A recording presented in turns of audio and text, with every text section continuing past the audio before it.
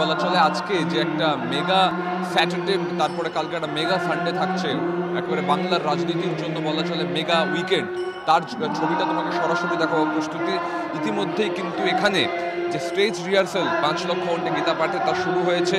Stage rehearsal চলছে বেশ কিছুক্ষণ সময় হলো যে রিহার্সাল শুরু হয়েছে। পাশাপাশি ব্রিগেডের মাঠ সেটাকে কিন্তু পুরো সিসিটিভি নজরদারিতে ঘিরে ফেলা হয়েছে। 5 লক্ষের বেশি মানুষের কিন্তু সমাগম হতে পারে তেমনটাই দাবি উদ্যোক্তাদের, এবং যেহেতু একাধিক সাধু সন্ত আসবেন, তাদের অনুরাগীরা তাদের অনুগামীরা আসবেন, তার জন্য কিন্তু যথেষ্ট প্রশাসনের তরফ থেকে ব্যবস্থা করার জন্য বলা হয়েছে।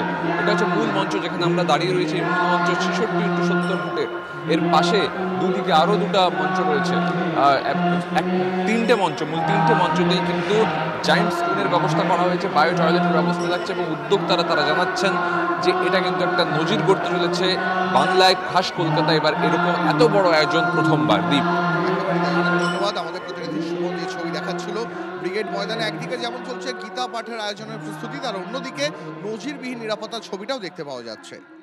এর উদ্দেশ্য সনাতন হিন্দু ধর্মের মধ্যে জাত পাত ভেদাভেদ, উঁচু নিচু, কুসংস্কার, আমাদের সাধু সন্ন্যাসীদের মধ্যে নানা রকম দ্বৈত অদ্বৈত বিশিষ্টাদ্বৈত, এই যে ভেদাভেদ, এটা দূরীভূত করতে পারে একমাত্র শ্রীমদ্ ভগবদ্ গীতা।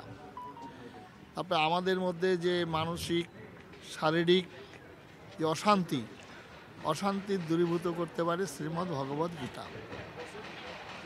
শ্রীমদ্ ভগবদ্ গীতা যারা কর্মক্ষেত্রে অবতীর্ণ তাদের জন্য প্রেরণা, যারা জ্ঞানযোগী তাদের